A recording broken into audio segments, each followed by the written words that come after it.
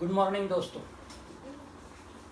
Last lecture में हम unit first complete हो चुका था। अभी हम यूनिट सेकंड के ऊपर है। बीएससी थर्ड ईयर का मैकेनिक्स का सेकंड यूनिट हमें यहाँ से स्टार्ट करना है। चैप्टर का नाम है equilibrium of forces acting on a particle. Article 2.1 जिसका टाइटल है triangle law of forces. Statement क्या है? if the three forces acting on a particle be represented in magnitude and direction by the three sides of a triangle taken in order, then the forces are in equilibrium.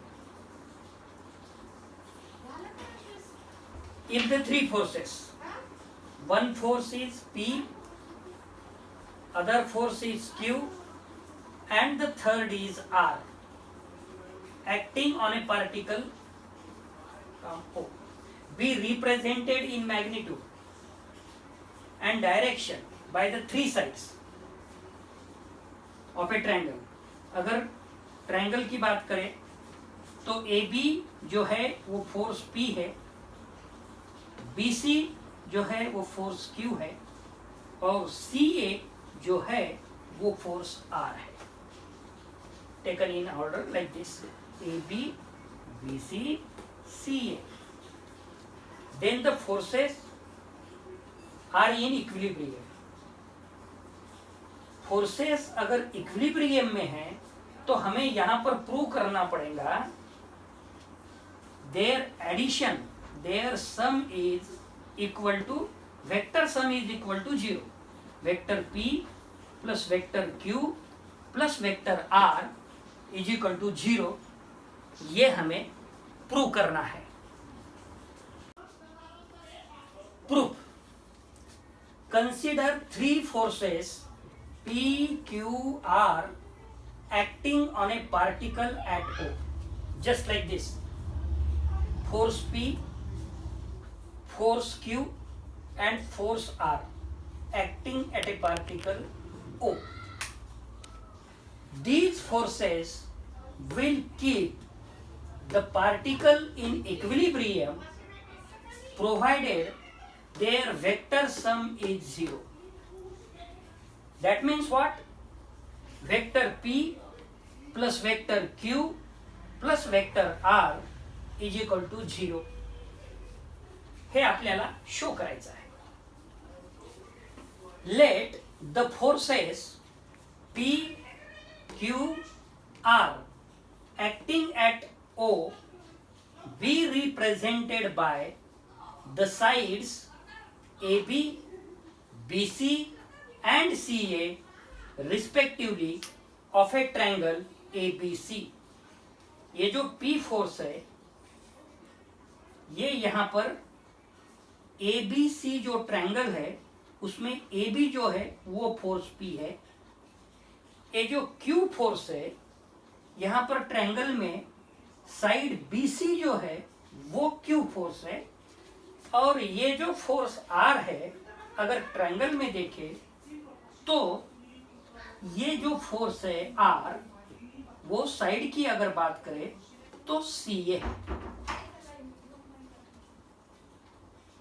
That means let the forces P, Q and R acting at O be represented by the sides AB, BC, CA respectively of a triangle. Now complete the parallelogram A, B, C, D by law of the parallelogram of forces. The magnitude of the resultant of two forces P and Q is represented by the diagonal AC and its direction by the vector AC. पहिल्या युनिटमध्ये आपण ऑलरेडीच बघितलेलं आहे resultant of two forces P and Q is R, म्हणजे R is equal to P plus Q हे आपण पहिल्या युनिटमध्ये बघितलेलंच आहे. परंतु इथे हा जो फोर्स दर्शवलेला आहे R, तो CA आहे डायरेक्शन. आणि इथं जे आपण पहिले बघितलं युनिट फर्स्ट मध्ये, तिथे AC फोर्स R दर्शवलेला आहे. मग काय करता येईल? And its direction by the vector AC. ठीक आहे. दस वी हॅव AC बरोबर AB प्लस BC, जे की आपण युनिट फर्स्ट मध्ये बघितलेला आहे. हा जो AB डायरेक्शन आहे हा फोर्स P आहे, म्हणजे हा या डायरेक्शनने, आणि या साइडची AB साइडचा फोर्स P आहे. हा जो डायरेक्शन आहे तो BC फोर्स Q आहे, आणि CA हा डायरेक्शन मध्ये फोर्स R आहे. ऍक्च्युअली AC बरोबर AB प्लस BC आपण ऑलरेडी बघितलेलं आहे. That is AC is equal to P plus Q. याला इक्वेशन नंबर 1 म्हणू. Now the resultant of the forces P, Q and R is the resultant of the force along AC, and the force R actually acts along CA. Since the forces acting AC, this opposite direction of R, and CA, that means R, respectively, are equal in magnitude and opposite in direction. AC आणि CA जर विचार केला या vector AC आणि vector CA चा, तर magnitude दोघांची सारखी आहे, परंतु डायरेक्शन AC जर घ्यायचं ठरवलं तर असं होईल. AC जर घ्यायचं ठरवलं तर डायरेक्शन अशी होईल, आणि CA जर घ्यायचं ठरवलं तर डायरेक्शन अशी होईल. त्यामुळे किमतीचा जर विचार केला, मॅग्निट्यूडचा जर विचार केला तर सारखंच आहे, परंतु डायरेक्शनचा जर विचार केला तर AC आणि CA अपोजिट डायरेक्शन आहे. म्हणून their vector sum AC plus CA is 0. Hence their vector sum is 0. That is vector AC plus vector CA, which is equal to 0.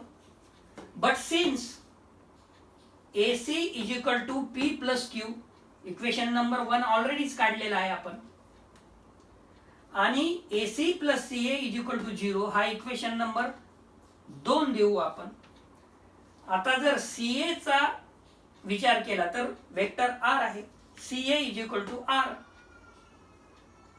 Hence या इक्वेशन 2 मध्ये जर AC ची व्हॅल्यू ठेवली तर vector P plus vector Q ही राहील, आणि plus vector CA ची व्हॅल्यू जर ठेवली तर R होईल, आणि दॅट इज इक्वल टू 0.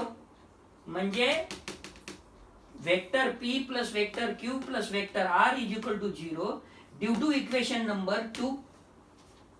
आणि हेच आपल्याला काय करायचं होतं, प्रूव्ह करायचं होतं. Hence the three forces P, Q and R acting at a point are in equilibrium. आता आपण converse of triangle law of forces बघणार आहोत. मग काय याचं statement?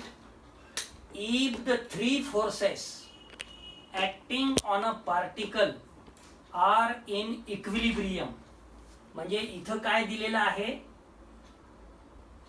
Force P plus force Q plus force R is equal to 0. They can be represented both in magnitude and direction by the sides of any triangle taken in order like this. AB means P force, BC or AD means Q force and CA means R. This parallelogram AB and DC are parallel to each other, and length of this, because of parallelogram, they are equal. Drawn parallel to the given forces. Proof मध्ये बघू आता.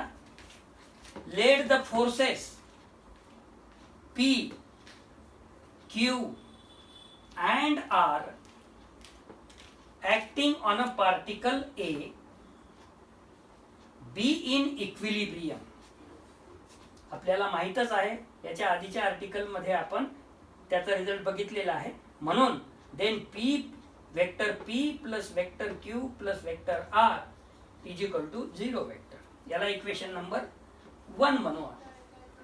Late side AB बरोबर P vector किंवा vector AB बरोबर P vector and vector AD बरोबर Q.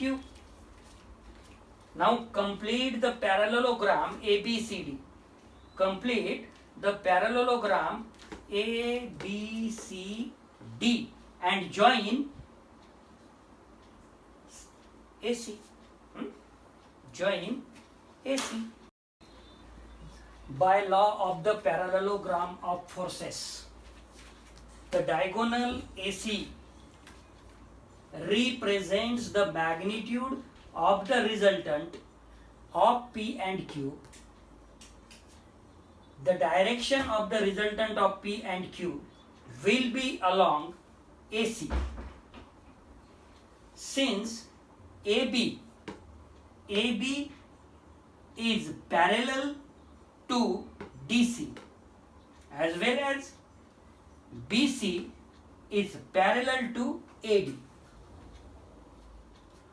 and AD is equal to AD बरोबर BC, vector AD बरोबर vector BC बरोबर Q. Hence AC वेक्टर बरोबर P plus Q. Equation number 2. Equation number 1 कोणता आहे? Vector P plus vector Q plus vector R बरोबर 0 आणि resultant of 2 vector जे की तुम्हाला ऑलरेडी माहित आहे, युनिट फर्स्ट मध्ये आपण दाखवलेला आहे, R बरोबर P प्लस Q, म्हणजे वेक्टर AC बरोबर P plus Q. Equation 1, from equation 1 and 2 we have. मग इक्वेशन 1 काय आहे? Vector P plus vector Q plus vector R. मग sorry, force P plus force Q plus force R. तर AC म्हणजे काय दाखवलेलं आहे आपण इथं? Force P plus Q AC plus R is equal to 0. म्हणजे याच्यावरून आपल्याला काय मिळेल? वेक्टर AC बरोबर मायनस R, आणि याला जर आपण CA घेतलं तर याची डायरेक्शन काय होऊन जाईल? AC या डायरेक्शनने आहे, AC अशा डायरेक्शनने आहे आणि CA या डायरेक्शनने आहे. त्याच्यामुळे काय होईल हो? निगेटिव्ह होऊन जाईल. म्हणजे AC जर मायनस R काढलं तुम्ही तर CA is equal to minus of minus R, म्हणजे मायनस मायनस प्लस होईल, R येऊन जाईल. CA काय येऊन जाईल? R येऊन जाईल. म्हणजे आपण आता काय प्रूव्ह केलं? जर P Q R are forces in equilibrium असेल, म्हणजेच P plus Q plus R बरोबर 0 असेल, तर आपल्याला प्रूव्ह करायचं होतं वेक्टर AB बरोबर P, वेक्टर BC बरोबर Q and CA बरोबर R. Hence the three forces P, Q, R acting on a particle at A are represented both in magnitude and direction by the three sides AB, BC and CA respectively of a triangle ABC. Thank you.